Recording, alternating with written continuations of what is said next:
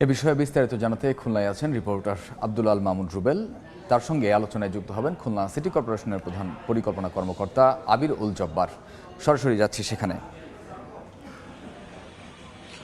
দর্শক, আমরা প্রতিবেদনটিতে দেখছিলাম যে জলাবদ্ধতা আসলে কিভাবে খুলনায় বর্ষা মৌসুম হলেই হয় এবং এটির আসলে কারণ কি সেটাও আমরা খোঁজার চেষ্টা করেছি। এখন আসলে আমরা জানতে চাই যে বছরের পর বছর খুলনা সিটি কর্পোরেশন জলাবদ্ধতা নিরসনে প্রকল্প গ্রহণ করে, টাকা খরচ করে, তবে কেন সুফল মিলছে না।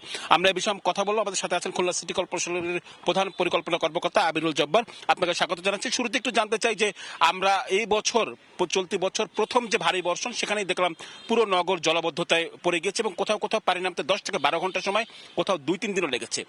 এত টাকা আপনারা খরচ করছেন, সুফল কেন মিলছে না? ধন্যবাদ আপনাকে। আসলে খুলনা শহরের জলাবদ্ধতা সৃষ্টি হয় দুইটা কারণে। একটা হলো মানুষের তৈরি, আর একটা হলো আপনার প্রাকৃতিকভাবে। এই দুইটাকে যদি আমি একটু ব্যাখ্যা করি, প্রথম হলো যে আমরা মানুষের তৈরি। আমাদের এখানে 2011 সালে একটা ড্রেনেজ মাস্টার প্ল্যান আমরা তৈরি করেছিলাম।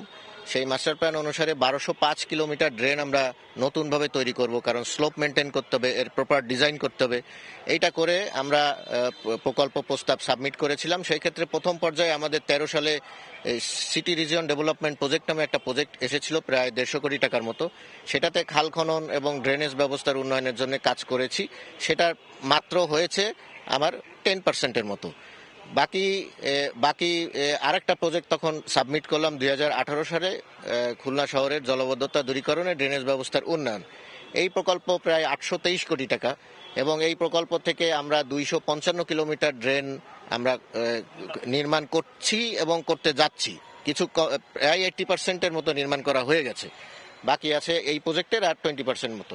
তাহলে আমার মোট 30%, আমি টোটাল 100%-এর মধ্যে 30% ড্রেনেজ নেটওয়ার্ক কমপ্লিট করলাম। কিন্তু প্রবলেম যেটা হচ্ছে, খুলনা শহরের অন্যান্য যে স্টেক হোল্ডারগুলো আছে, যেমন কেডিএ, রিসেন্টলি কেডিএ অনেকগুলো খালে তারা বাদ দিয়ে কাজ করছে। নিরালা খাল, বাস্তুয়ারা খাল, এরকম অসংখ্য, মতিয়াখালী খাল, লবণচোরা খাল, প্রত্যেকটা খালে তারা বাদ দিয়ে রাস্তা নির্মাণ করার জন্য। কি আসলে সমন্বয়হীনতা আপনাদের সঙ্গে কথা না বলে এইভাবে করছে? না, সমন্বয়হীনতা মানে কি, এটা হলো প্রজেক্ট ম্যানেজমেন্টের একটা ত্রুটি। উনি প্রজেক্টটা করবেন, অবশ্যই আমার খালটা ক্লিয়ার রেখে উনার কনস্ট্রাকশন উনি করবেন, কিন্তু উনি টোটালি খাল বন্ধ করে দিয়েই কনস্ট্রাকশন কাজ চলছে, তাহলে পানি তো বেরোবে না। এই যে কয়েকটা মেইন আউটলেটে যে বাধা, এই কারণে খুলনা শহরে পানিটা আপাতত যাচ্ছে না। কিছু জায়গা আমরা দেখেছি অবৈধভাবে খাল দখল রয়েছে, অনেক জায়গায় বাঁধ দিয়ে রাখা হয়েছে। এগুলো আসলে সিটি কর্পোরেশন উদ্ধার করতে পারে না কেন? হ্যাঁ, এটা আমরা ওই প্রথম যে বর্ষাটা হয়েছিল তারপরে কিন্তু আমাদের কনজারভেন্সি ডিপার্টমেন্ট এটা বাঁধটা ছেড়ে দিয়েছে। ছেড়ে দেওয়ার পরেই কিন্তু পানিটা সরে গিয়েছে।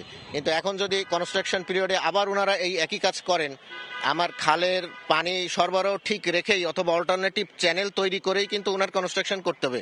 এটা হলো কেডিএ এর আসলে প্রকল্প ম্যানেজমেন্টের একটা প্রবলেম, আমাদের কোনো প্রবলেম। আরেকটা বিষয় হচ্ছে, আমরা ওয়েস্ট ম্যানেজমেন্টও দেখি একটা বড় ত্রুটি রয়েছে। ময়লা আবর্জনা ড্রেনে জমা থাকে, ফলে দুর্ভোগ হয়।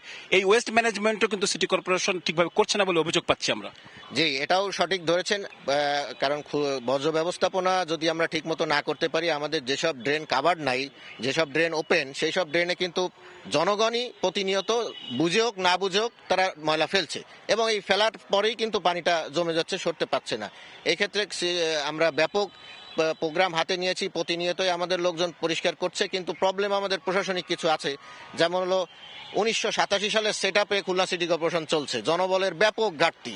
এই ঘাটতি মিটায়ে 87 সাল এবং 2025 সাল, বড় একটা ডিফারেন্স। নতুন আসলে কি পরিকল্পনা রয়েছে? আমরা শুনেছি স্লুইস গেট বা পাম্প হাউস নির্মাণের কথা ভাবছেন আপনারা জলাবদ্ধতা নিরসনের জন্য। হ্যাঁ, এখন আসেন প্রাকৃতিকভাবে মোকাবেলা করার জন্য আমরা কিছু অ্যাডাপটিভ মেজার নিয়েছি। যেমন রূপসা ঘাটে একটা পাম্প হাউস নির্মাণ, লবণচোরা 2 নম্বর স্লুইস গেটে পাম্প হাউস নির্মাণ এবং আলুতলা স্লুইস গেটটা 10 বেন্ট এখন আছে, ওটাকে 11 বেন্ট করব। এই পরিকল্পনাটা যখন আমরা হাতে নিয়েছিলাম এবং সেইভাবে প্রকল্প প্রস্তাবও দিয়েছিলাম, আমাদের টেন্ডার প্রক্রিয়াও হয়ে গিয়েছে রূপসারটা, আর লবণচোরাটা ডিজাইন চলছে। পাম্প হাউস স্থাপন করলে যেটা হবে, জোয়ারের পানি যেটা ঢুকছে ওইটা সাথে সাথেই আমাকে বের করে দিতে পারবো, এবং অ্যাট দ্য সেম টাইম যখন বৃষ্টি হবে তখনই কিন্তু পানিটা শহরে জমে যায় এবং নদীতে তখন জোয়ার থাকে।